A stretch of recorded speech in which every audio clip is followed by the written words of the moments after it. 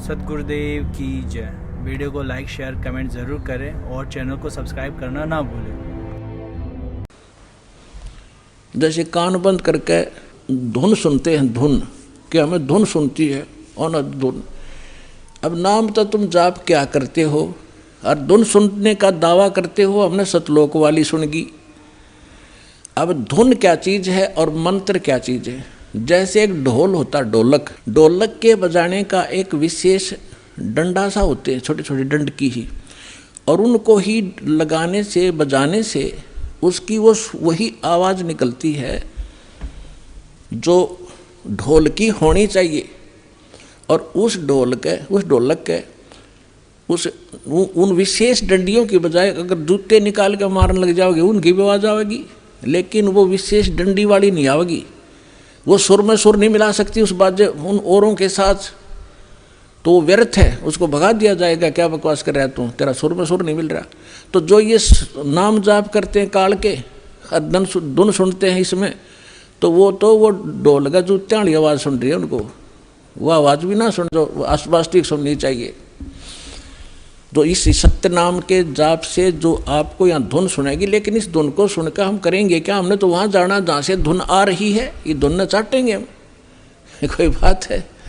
हम तो वहाँ जाएंगे जहाँ से धुन यहाँ आ रही है, वहाँ पहुँचेंगे तब जाकर बात बनेगी। अब जैसे ये संसारिक लोग ढोल ढाल बजाते हैं कब, जब विवाह होता है। अब हम गांव के बाहर बैठ कर ढोल सुने जाकर, ढोल सुने भाई, तो क्या वहाँ लड्डू जलेबी मिल जाएंगी। लड्डू जलेबी तो वहाँ मिलेगी जहाँ वो ढोल बज रहा है, वहाँ जाना पड़ेगा। तो इस प्रकार हमने सतलोक जाना पड़ेगा, वहाँ सब सुख प्राप्त होंगे। इस धुन से कोई लाभ नहीं, बजो सुनो ना सुनो। आपको जो मंत्र दे दिया इससे अपने आप वो बज रही है, अपने आप सुर खुलते चले जाएंगे। इसमें असंख्य धुनें हो रही हैं शरीर के अंदर, वो धुन न्यारी है इनसे। कोई है रे परले पार का जो भेद कहे झनकार का, गरीबदास जी कह रहे हैं। कोई है उस परले पार का, यहाँ मुझे बताओ, और वो धुन का भेद बताओ जो धुन वहाँ है परले पार यानी सतलोक में। ये नकली धुनें हैं, यहाँ पर जो तुम सुन रहे हो ये धुन वो नहीं है। गरीबदास जी क्या कहते हैं, कोई है रे परले पार का जो भेद कहे झनकार का, कोई है रे परले पार का। परले पार यानी सतलोक में कोई गया हुआ वापस आया हुआ हो तो बताओ मुझे। ये खुद होकर आए थे, उस धुन को सुनकर आए थे, कानों से सुनकर आए थे। कोई है रे परले पार का जो भेद कहे झनकार का। झन मानुष, झनकार मानुष धुन का। वारही गोरख वारही दत्त वारही धरु प्रहलाद अर्थ। ये तुम्हारे गोरख भी इधर ही, वारवन उर्ली साइड। वारही गोरख वारही दत्त, दत्त मान दत्तात्रेय जी, और ध्रुव और प्रहलाद ये सभी इधर ही हैं, काल के ही जाल में हैं। वारही गोरख वारही दत्त वारही ध्रुव प्रहलाद अर्थ। वारही सुखदेव वारही व्यास वारही पाराशर प्रकाश। वारही दुर्वासा दरवेश वारही नारद सारद शेष।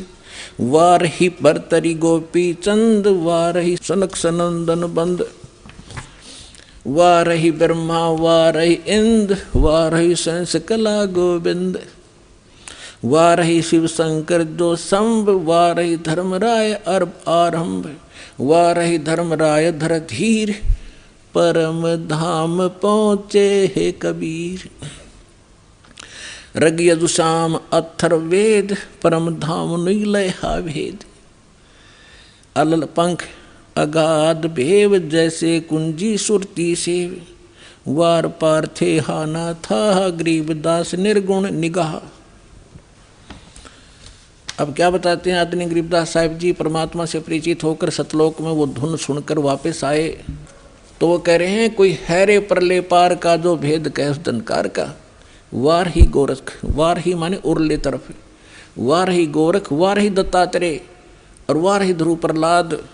वार ही सुखदेव वार ही व्यास और वार ही पाराशर प्रकाश। पाराशर प्रकाश माने जो पाराशर जी ने एक पुराण लिखी है, उसको पाराशर का ज्ञान बताते। यानी इन पुराणों के और वेदों के सबके राइटर हैं कौन? व्यास जी। और ये ज्ञान व्यास जी का अपने सत्र का वो तो पुराणों में है। वेद ज्ञान और गीता ज्ञान जो है ये वेद व्यास के सत्र का नहीं है। वेद व्यास जी के अंदर एक ऐसी एक गुण दृष्टि दे दी जाती है, दिव्य दृष्टि, जो भी हम वचन शब्द बोलते हैं ये कभी नाश नहीं होता, ये ब्रह्मांड में घूमता रहता है, पूरे के पूरे सेंटेंस घूमते रहते हैं। अब भाषाएं बदलती रहती हैं जिस कारण से वो आज ऋषि नहीं समझ पाते। तो परमात्मा एक ऐसा गुण देता है अपने ज्ञान को लिपिबद्ध कराने के लिए, जो वेद व्यास में दिया था। और उन्होंने वेदों को जो भी जैसा था एज इट इज लिख दिया, उसमें अपना कुछ भी नहीं मिलाया। फिर उससे हट करके पुराण भी उन्होंने जिसने जैसा बोला था, गीता ज्ञान जो श्री कृष्ण के अंदर से काल जो बोल रहा था उसको व्यास जी नहीं पहचान सके। श्री कृष्ण में जो काल बोल रहा था, श्री कृष्ण के शरीर का प्रयोग करके जो वार्ता अर्जुन और उस श्री कृष्ण के मुख से बोल रहे उस ज्ञान की हुई थी, वह जो भी थी एज इट इज लिख दी उसने। जो संजय ने बोला, धृतराष्ट्र ने बोला, फलाने ने बोला, वो सारा कुछ लिख दिया। इसमें इसका अपना कोई रोल नहीं। और इसका रोल होता फिर ये इसमें पूछता है ये देवी पुराण के अंदर प्रथम स्कंद में कि हे भगवान, उस नारद जी से पूछ रहा है कि सृष्टि किसने रची, कैसे रची। नारद जी बता रहे मैंने अपने पिता से सुनी नो। तो उनको ज्ञान होता है व्यास जी को, तो वो अपने ही तरफ से लिखता और अपना ही ज्ञान बताता। तो यहाँ कहने का भाव ये है कि ये चारों वेद जो हैं ये इनके अंदर परमात्मा परम धाम का पाने का ज्ञान नहीं है, उस परमात्मा की महिमा अवश्य लिखी है।